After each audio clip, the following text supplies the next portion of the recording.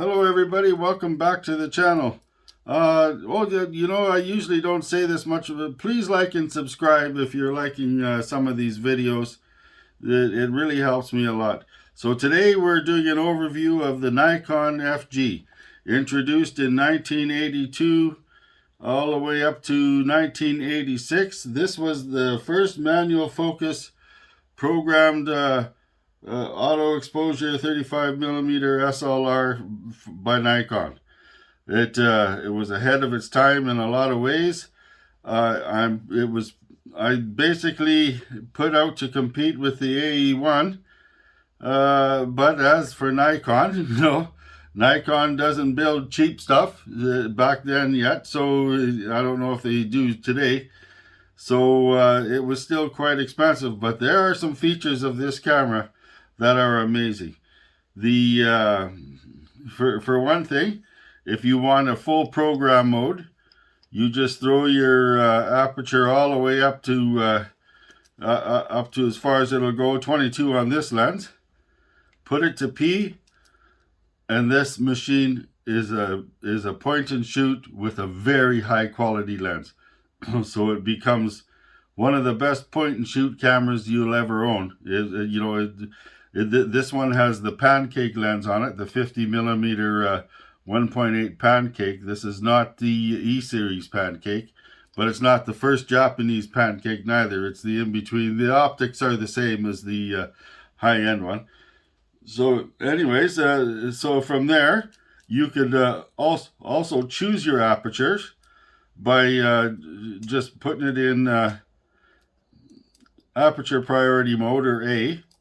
And then you could choose your aperture. Of course, it's manual focus.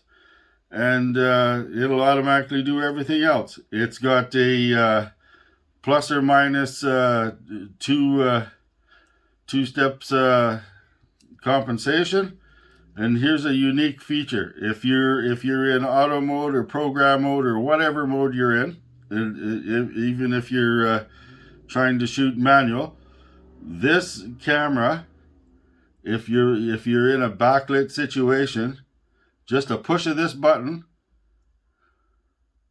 changes your exposure by 2 stops. I think it overexposes 2 stops.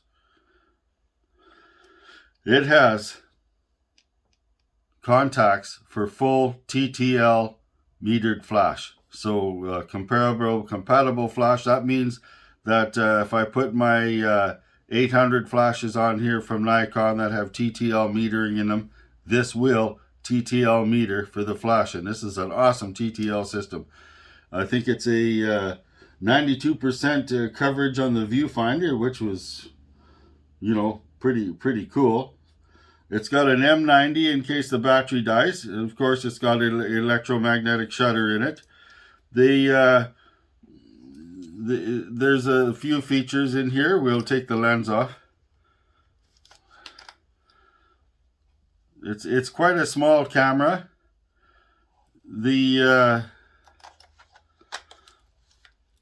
So it was basically aimed at the consumer that wanted an automatic camera that they could maybe switch to manual, just like the Canon AE1, or a full program mode, which is awesome. The metering works with the little LEDs inside through the viewfinder. It shows you where you should be shooting or where it won't shoot and stuff like that. It's all inside there. This little switch here will turn on a beeper.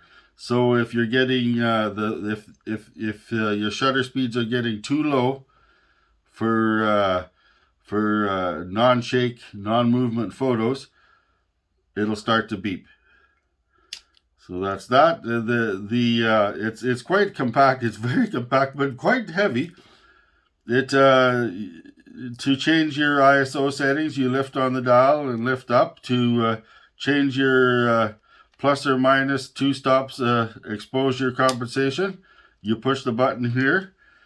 It looks like there's contacts for a winder on here.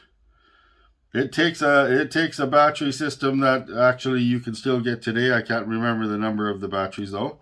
I've only shot this maybe once, and I really enjoyed it. The viewfinder's a little bit dirty inside, but it still works really good. To open it, it's starting to get a little darker in the room here. Here we go. There's the inside. This one is in actually pretty good shape, except for the viewfinder. I don't know how the viewfinder got to be dirty, but it has a different sound. It's got a bit of a worry sound to it compared to the FE. This, I think that you could get them in black as well, but this is a really, really cool point and shoot camera. I am actually going to load some film in this one day, and I'll refer back to this video as I do that video, and I'll put a link in the description when I do it. And we're going to put this in full program mode to see how it acts. The shutter goes from 1000 down to 1. And then there's a bulb, of course, and it's got the M90.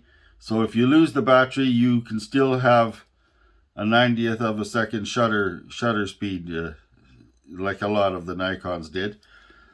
Other than that, it's got a reminder for the film holder. It's quite tiny. I should have a ruler on the desk here so you guys could see how tiny this is, but I didn't even bring another camera for comparison. But yeah, so this is the Nikon FG. It's a electromagnetic mechanical copal shutter, and it's stepless. When you're in aperture priority mode or in program mode, this is stepless shutter speed. So it goes from 1 second to 1,000 of a second in increments, not in these increments, stepless. Wherever it needs to land, it'll shoot. 320, it'll shoot. It picks its own speed, so it's totally stepless throughout the whole range from 1 to 100 thousandths of a second, if you can understand what I'm trying to say. Which is quite fantastic, actually. And with the TTL metered flash, I can put my Godox Pro N wireless converter in here and actually do TTL off-camera flash right out of this camera, which is like, holy smokes, right? So yeah, full of features. Plus two steps overexposing. It's got a self timer. The self timer is again fired by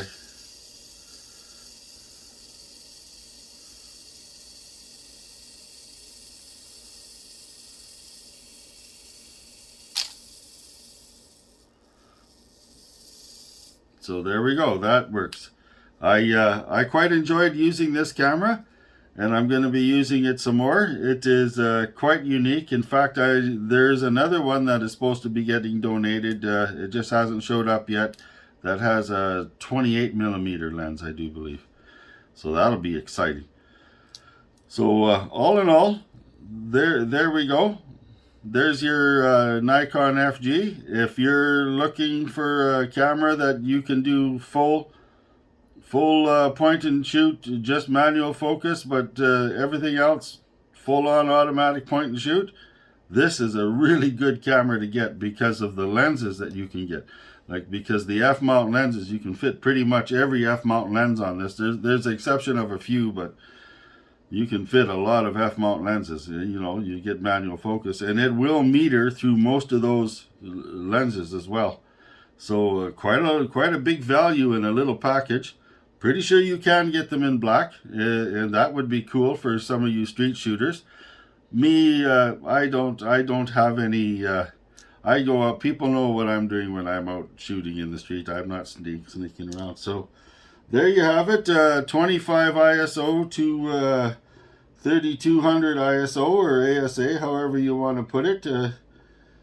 That's pretty much all I have to say for this one. We'll see when we take it out for some for an adventure and see how it works. But I have shot this once already, and I was quite impressed. So, like I said, this was kind of going after the Canon AE1. The problem is that Nikon never does things cheap. So the price point on this compared to the Canon AE1, I don't know what it was, but I can tell you right now, the Canon AE1 was definitely a lot cheaper camera than this. So I'm not saying the Canon AE1 is a bad camera. I got one of them here as well. We'll be going through that, but there you go, the Nikon FG. All right, like, subscribe, click the bell. There's at least 5 or 6, there maybe even 10 more cameras yet to come. I'll do these one at a time, and I think I'm losing a bit of light here. I'm going to have to set up some light in the studio here, but this black will shine, so I'll have to put a covering. Okay, see you next time. Take care. I'm going for a coffee.